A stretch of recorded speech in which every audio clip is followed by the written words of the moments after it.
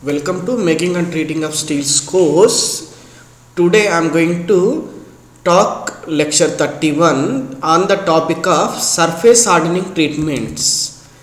One need to know in industries there are n number of applications which need one certain requirement that the surface of the component supposed to be hard, wear resistant and corrosion resistant. How do you achieve only the surface and maintaining the core below the surface, that is core, it should be relatively soft and tough. How do you achieve? One of the example, gears. So how do you achieve this particular requirement? For that there are n number of methods which are devised as a part of mechanical working operations, which is combination of heat and mechanical process. In the last class we were talking about thermal treatment. In metallurgical terminology we call it as a heat treatment process, and specially we talk about heat treatment of steels. N number of methods are developed for steels, heat treatment of steels. Now I am going for surface hardening. Hardening heat treatment process. Hardening I was talking for the steels to make a phase transformation from the austenite to martensite by adapting fast cooling, rapid cooling with a medium called as water. That was heat treatment process. Coming to the surface hardening process, only the surface, that was bulk treatment process. Entire material gets transformed with austenite to martensite phase. Whereas in this situation, only the surface gets hardened. How? There are n number of methods. One is thermochemical process. The other method is thermomechanical process. Thermochemical process, thermomechanical process. There are two different processes, thermomechanical and mechanical and chemical process. And thermochemical process, it is related to change occurs in chemical composition. It talks about chemical composition change. Whereas inducing the, for example, carbon on the surface, nitrogen on the surface, that is example for thermochemical treatment. Coming to the thermomechanical treatment, heat as well as the application of the load, that is thermomechanical treatment. By application of the load, you can plastically deform the material. By the way, you can harden the entire bulk of the material, that is thermomechanical treatment. Today I am going to emphasize on thermochemical treatment. You can see the classification. Thermochemical process, one is carburizing process, nitrating process, carbonitrating, combination of the process. And thermomechanical, one is flame hardening process, induction hardening process. These things we are going to know in this lecture. For example, first let me talk about thermochemical treatments, that is carburizing process. Carburizing process is most widely used method for the surface hardening process.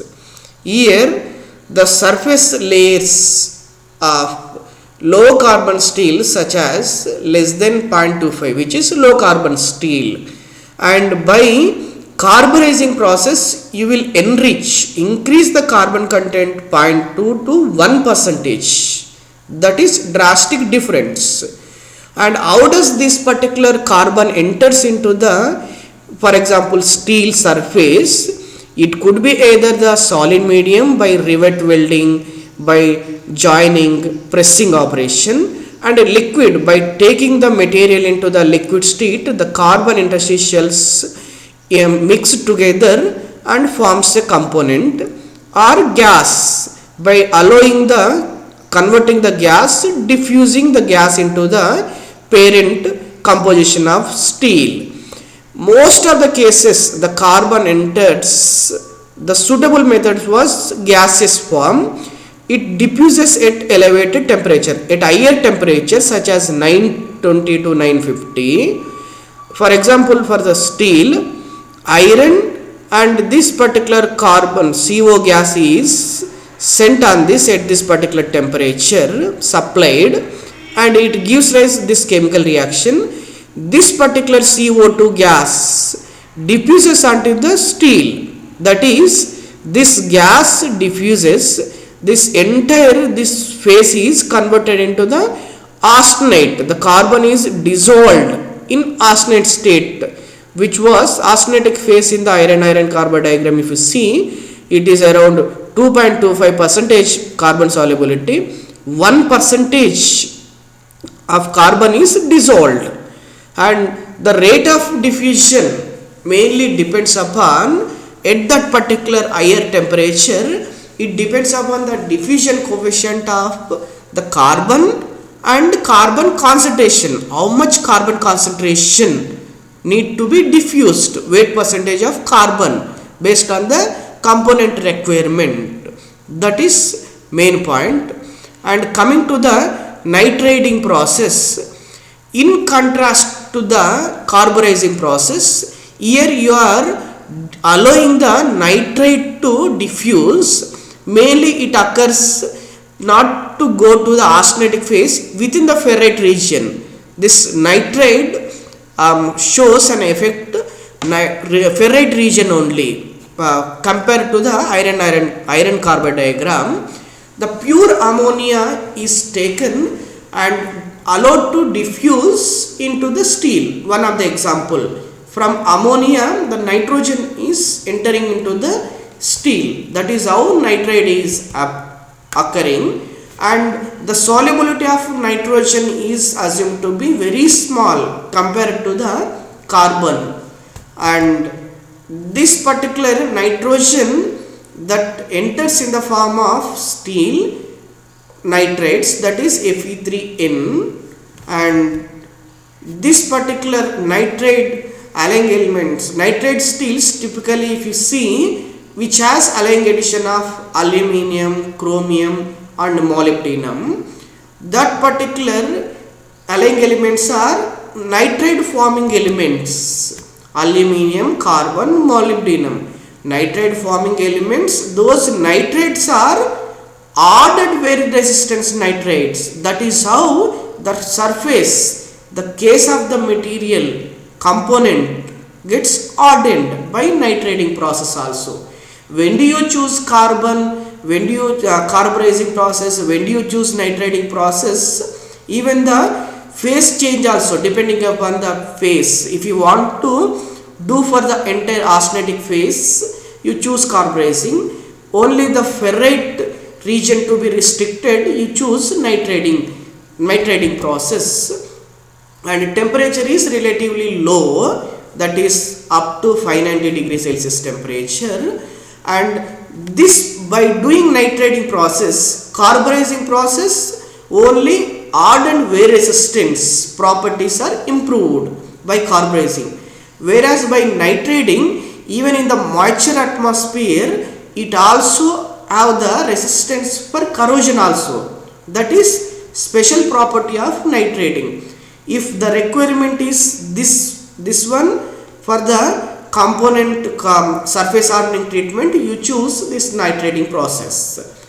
Okay, and the common problem observed in the nitriding process is there are kind of precipitates, gamma prime precipitates, gamma prime nitride Fe4N forms on the outer surface of the component. The outer surface here and there, the surface is completely heterogeneously distributed with the white layers. Those white layers you could see only under the microscope, and that particular white layers are leading to formation of the crack, induced crack on the surface of the component. So how do you avoid that particular problem? the solution is existing, either you can remove that particular white layer at the using the grinding operation, or you can minimize maintaining the ammonium and hydrogen gas mixture ratio for the nitrating surface hardening treatment. These are the two-way solutions existing. Coming to the carbonitrating process, how do you induce carbon and nitrogen simultaneously so that the surface is hard and corrosion resistance? Both the properties can be improved. There are few components which require this particular treatment. Within this particular case hardening process, mainly this is possible to do gaseous atmosphere. You need to convert the carbon into the gaseous form CO2, nitrogen in the form of ammonia gas form. You can use those gas form mixture, and at higher temperature you can induce carbon and nitrogen simultaneously on the component surface. And this particular process is nothing but modified gas carburizing process. Instead of calling gas carburizing process, if it is done solid state carburizing process, we call it as the pack carburizing process, and if it is done at the liquid state, we call it as a liquid carburizing process. Gas carburizing process as other name called carbonitrating process. You use combination of hydrogen, methane and ammonia. That particular mixture, the combination 15% of ammonia CH4 and within that 80% of neutral carrier gas. This gas mixture is used at a temperature of up to 900 degrees Celsius, so that this particular gas mixture diffuses on the case of the component, so that it gets hardened and simultaneously corrosion resistance and wear resistance. This particular decomposition at this particular temperature, nitrogen as well as along with the carbon enters on the component. Carbon nitrogen mainly stable at the lower temperatures. That is why it is relatively lower compared to the pack carburizing process.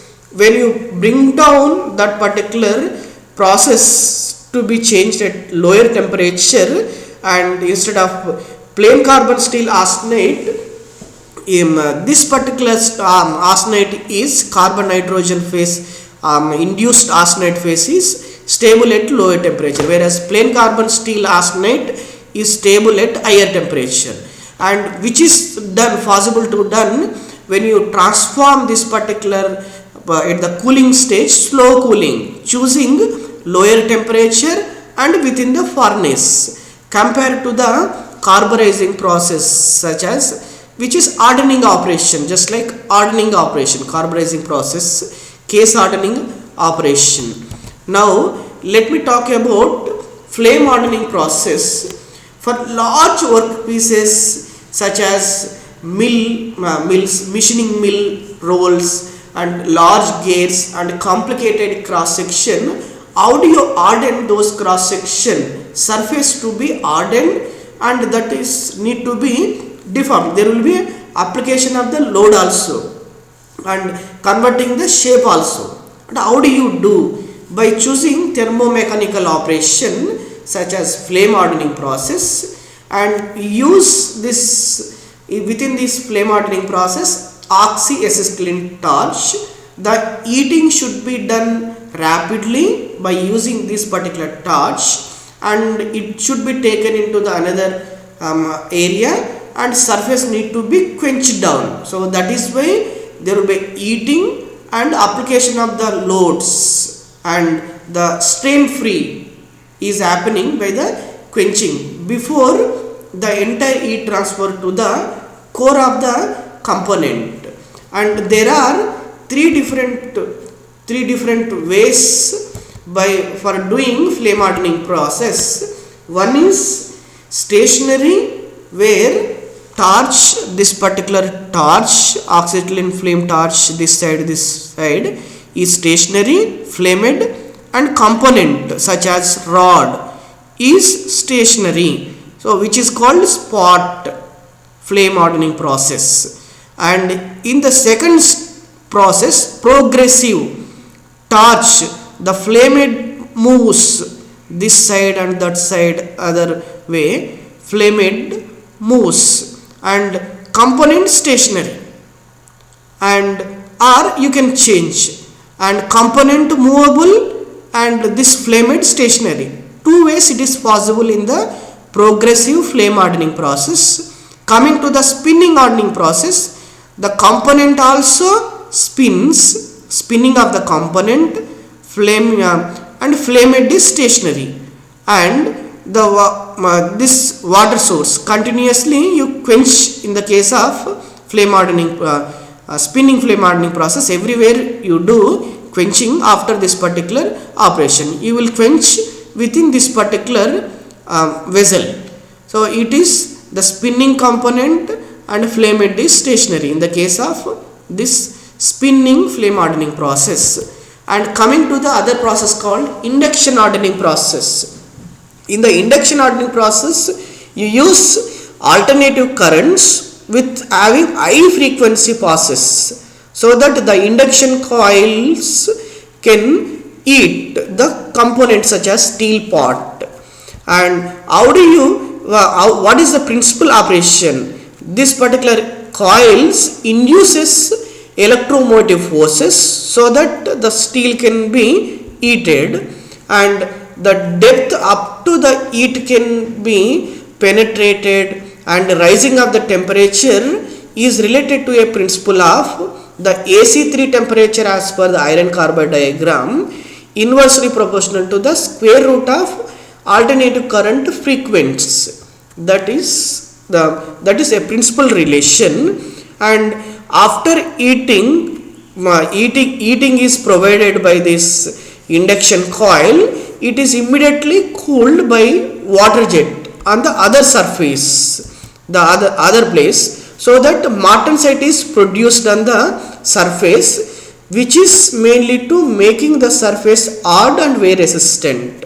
And that particular microstructure of core remains same, whereas the surface is having martensite phase. That is the significance and another advantage of induction hardening process. And induction hardening is suitable for the mass production process. You can heat and you can cool, and you can do simultaneously many operations in the case of mass production, which is very much suitable and adapted in the industries. There are many induction hardening process. Single turn coil, this particular coil, the surface is, this is visible but it is covered. Single turn coil, the heating pattern is, this is how it is heated. Inside this there will be a component. And pancake, just like induction stove in the kitchenware, and this particular pancake coil is used. And industries, for the melting molten metal, you use kind of the crucible is arranged with the induction coil, and kind of large rod type pipe plate type coils are used.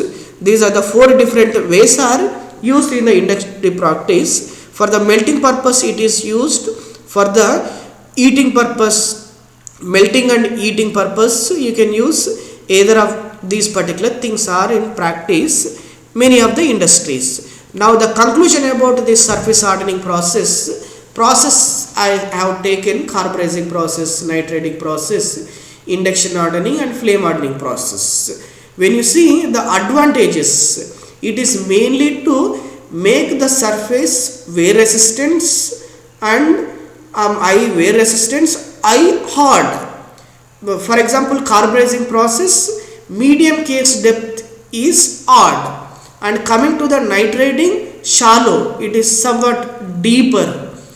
Low, medium and deeper induction hardening process, the surface is hardened, and capacity, bending fatigue strength is completely different. All these four processes comparatively one can understand how this surface hardening process are different which process need to be chosen based on the requirement, based on the properties. You can follow this particular table. It is a good industry. Most of the industries follows this particular table to be choose which surface hardening process need to be adapted. Coming to the conclusion about this particular lecture, good wear resistance and corrosion resistance surface is obtained by these surface hardening treatments. Is it true or false? Please share your opinion.